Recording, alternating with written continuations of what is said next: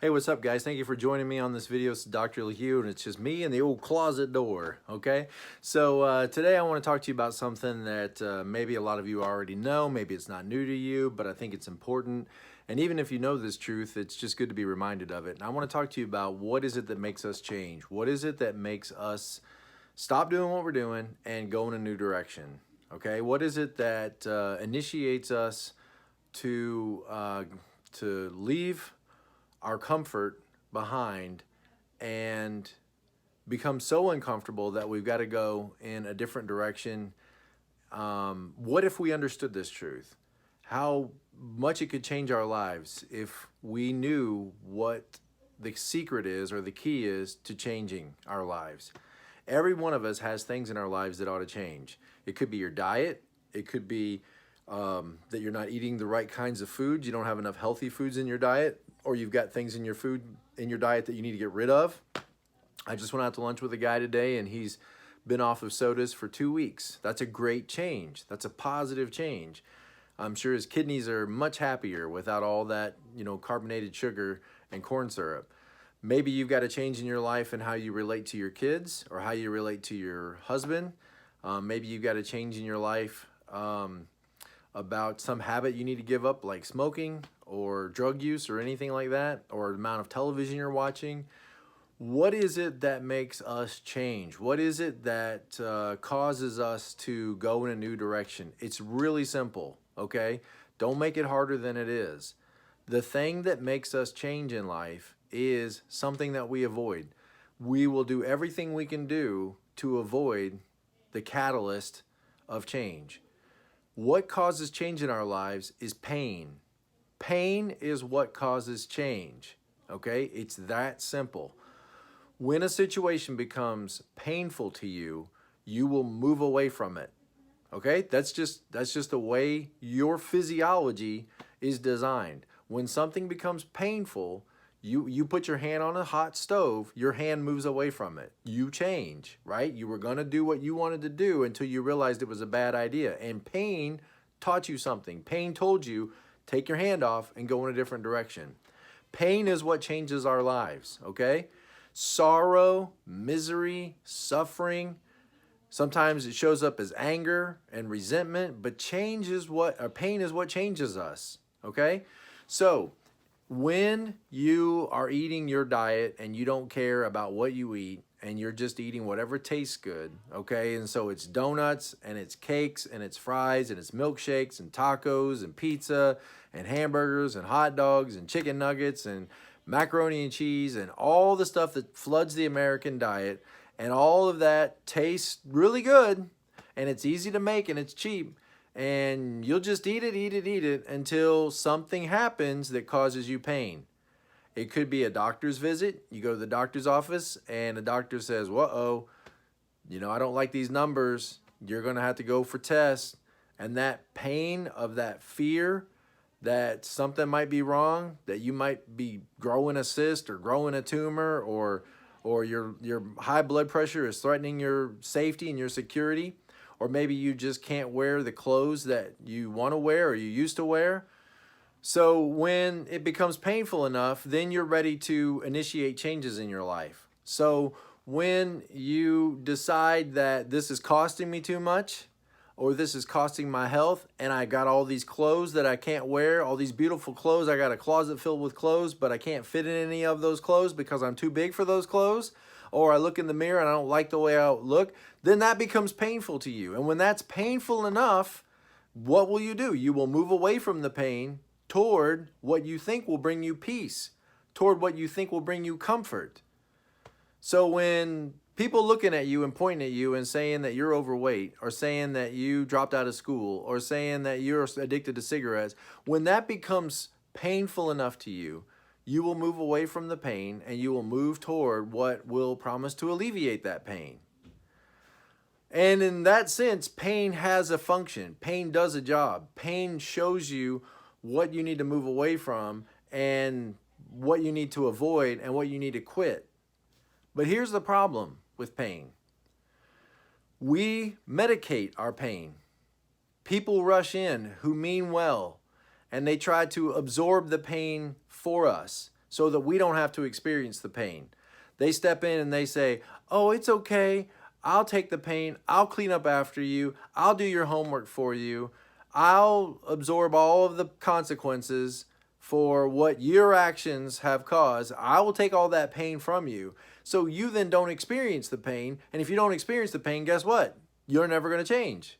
So you're going to be stuck. That's the word. You're going to be stuck doing what you've always done because you don't care about the consequences because somebody else is taking the consequences for you.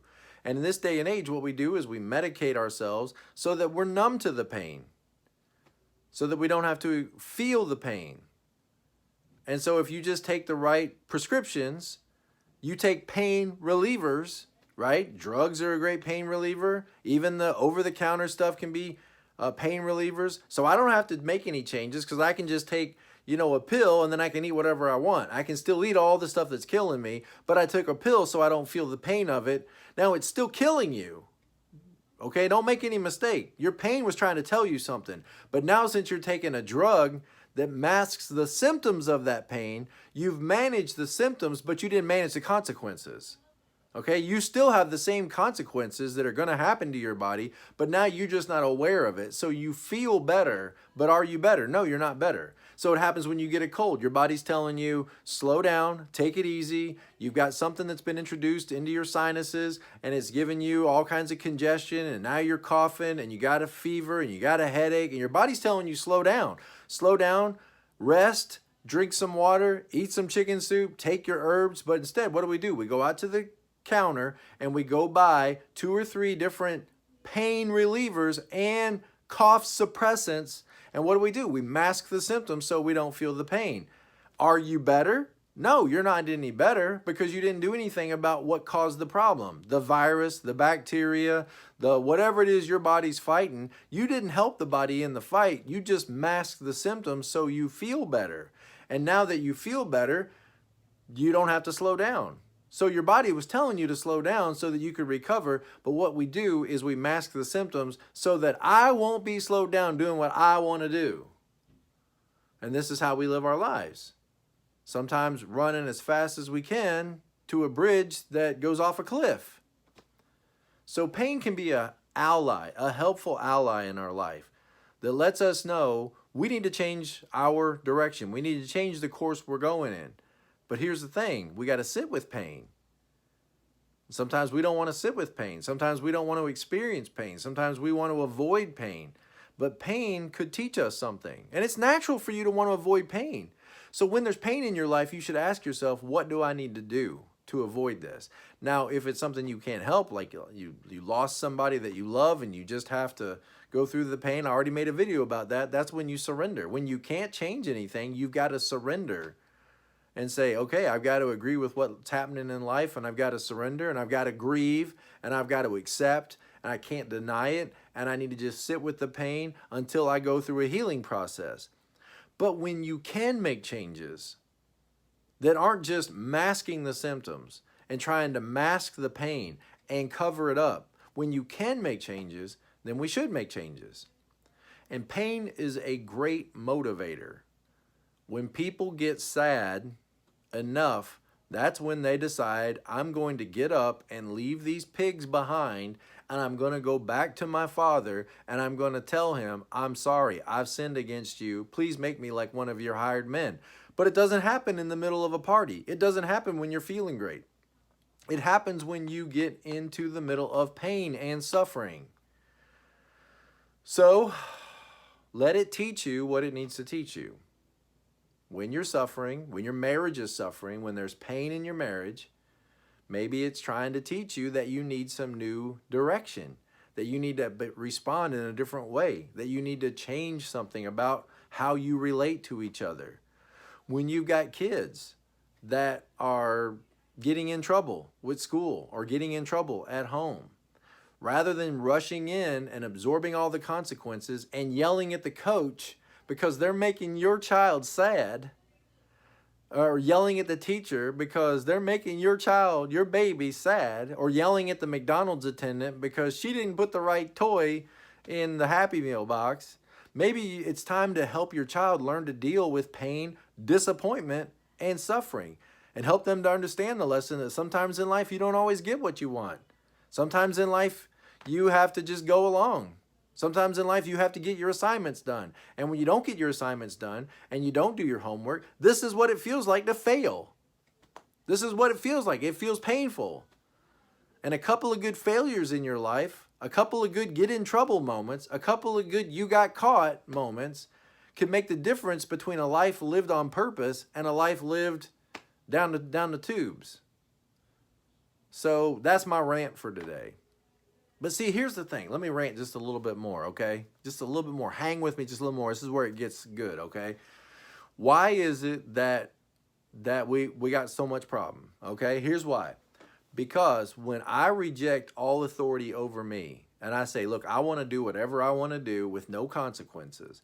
I want to live however I feel like at the moment, and I don't want any consequences, and I don't want no God telling me what to do, and I don't want no government telling me what to do. I don't want no police telling me what to do. I want to do whatever I want to do when I want to do it. I don't want no laws. I want nobody to tell me what to do. Then guess what happens?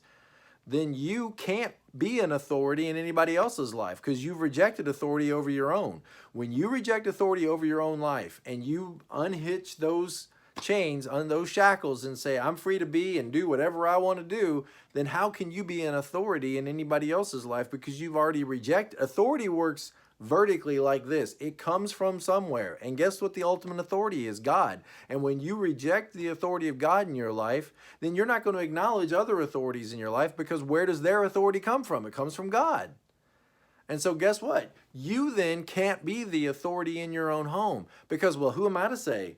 You know, if my son wants to yell and cuss and swear and hit people, he doesn't want to do his homework, you know, oh, well, that's a sad choice. It's not a sad choice. It's a bad choice.